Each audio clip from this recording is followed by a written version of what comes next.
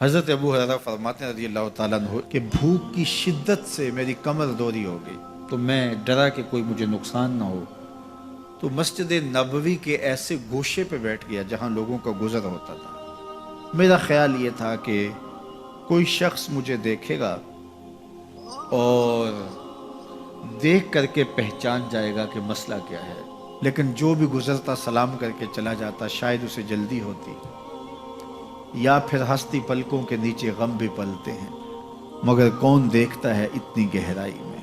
میں نے سوچا کہ ایک قدم اور آگے بڑھوں اور آنے والوں سے ہم کلام ہوں، جب میں ان سے بات کروں گا تو میرے لہجے سے وہ میری آواز کی شکستگی سے پہچان جائیں گے کہ میرا مسئلہ کیا ہے۔ تو کہتے ہیں حضرت عمر رضی اللہ تعالیٰ عنہ آئے، میں ان سے کوئی مسئلہ شرعیہ دریافت کیا، لیکن شاید انہیں بھی جلدی تھی، انہوں نے مسئلہ بتایا اور آگے بڑھ گئے۔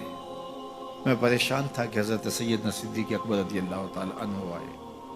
میں نے ان سے بھی قرآنی آیت کے بارے میں سوال کیا، لیکن وہ بھی جلدی میں تھے اور انہوں نے بس آیت بتائی اور آگے گزر گئے۔ تو فرماتے ہیں کہ میں ایک عجیب کیفیت میں مبتلا بیٹھا تھا کہ ایک جانب سے روشنی اٹھی اور دل و قلب و نگاہ کا مرشد اولین آ گیا۔ تو کہتے ہیں حضور آ گئے، تو چونکہ میری عادت بنی ہوئی تھی کہ میں ہر آنے والے سے مسئلہ ہی پوچھ رہا تھا، تو میں نے حضور سے بھی مسئلہ پوچھ لیا۔ تو حضور نے میری جانب دیکھا اور پھر زیر لب مسکراتے ہوئے بولے، ابو ہریرہ بھوک لگی ہوئی ہے؟ میں نے کہا جی حضور مجھے بھوک لگی ہے۔ کہا میرے پیچھے آ جاؤ۔ حجرات اقدس کی قربت میں حضور پہنچے تو اہل خانہ کو آواز دی کچھ کھانے کے لیے ہے؟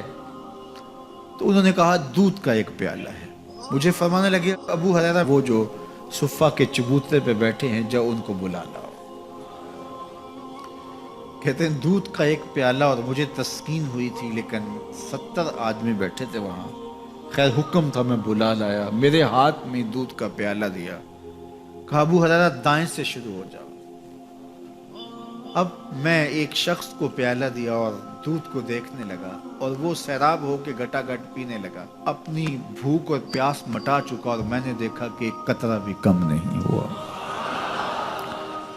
میرے اندر جو پہلے وسواس اٹھ رہے تھے اور مجھے جو احساس ہو رہا تھا وہ مٹ گیا۔ پھر میں نے دوسرے کو پیش کیا، اس نے بھی سیراب ہو کے پیا، لیکن دودھ ایک قطرہ بھی کم نہیں ہوا۔ پھر میں نے تیسرے کو دیا، چوتھے کو دیا، 70 آدمی دودھ پی گئے، لیکن دودھ میں سے ایک قطرہ بھی کم نہیں ہوا۔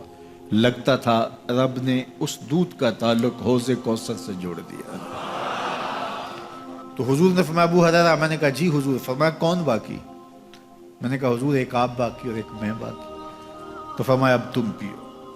تو کہا کہ میں نے دودھ پیا اور خوب سیراب ہو کے پیا۔ حضور نے فرمایا اور پیو، میں نے اور پیا۔ پھر فرمایا اور پیو۔ میں نے کہا مجھے قسم ہے اس ذات کی جس نے آپ کو حق کے ساتھ مبعوث کیا ہے، میرے میں ایک قطرے کی گنجائش بھی نہیں ہے۔ حضور نے میرے ہاتھ سے دودھ لیا اور خود نوش جاں کرتے ہوئے فرمایا ساقی القوم آخرہم شربا، قوم کا جو ساقی ہوتا ہے وہ آخر میں پیتا ہے۔ تو دودھ کا ایک پیالہ 72 لوگوں کے لیے کافی ہو گیا۔ یہ صحیح حدیث کے اندر حضور کا معجزہ موجود ہے، آپ نے بارہا علماء سے سنا۔ لیکن اس تربیتی عمل سے بھی کبھی غافل نہ ہونا کہ 2 جہاں کا سردار ہے اور 71 آدمیوں کا جوٹا نوش جان کر رہا ہے۔ آج جب دولت پھیل رہی ہے، لوگوں کے پاس وسائل زیادہ ہوتے چلے جا رہے ہیں، تو ان کو ایک دوسرے سے گھن آنا شروع ہوتی ہے، برتن الگ ہوتے چلے جاتے ہیں۔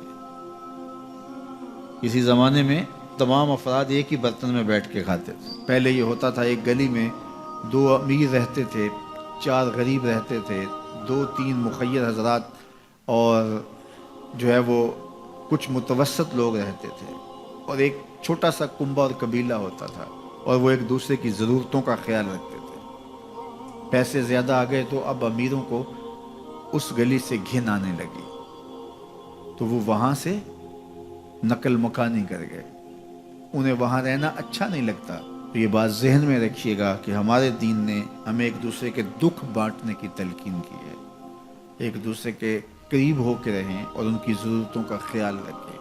اپنی استطاعت کے مطابق کسی کی عزت نفس کو نقصان پہنچائے بغیر شہرت، ریا اور کسی اس طرح کی مرض کو اپنے قریب جو ہے وہ نہ آنے دیں، اور لوگوں کی اس مخفی انداز سے مدد کریں کہ ان کی ضروریات پوری ہوں۔ بلکہ میرے حضور نے ارشاد فرمایا، جس شخص نے صدقہ کیا اور اتنے مخفی انداز میں کیا کہ جو دائیں نے خرچ کیا بائیں کو خبر نہیں ہوئی، جب بائیں کو خبر نہیں ہوئی تو ہمسائے کو خبر کیسے ہوگی؟ لیکن یہاں تو 7 اخباروں میں خبر چھپتی ہے کہ فلاں صاحب نے فلاں غریب کی بیٹی کی شادی کی ہے۔ ذرا سوچ، اگر یہاں تیری بیٹی کھڑی ہوتی تو تیرا روح سخن کیا ہوتا؟ لوگوں کی غربت کا مذاق نہ اڑاؤ، لوگوں کے جذبات سے کھیلو نہ۔ اللہ نے اگر آپ کو کچھ عطا کیا ہے تو پھر لوگوں کی ضرورتوں کو پورا کرو، لیکن ان کے جذبات سے مت کھیلو اور لوگوں کی ضرورتوں کا پورا خیال رکھو۔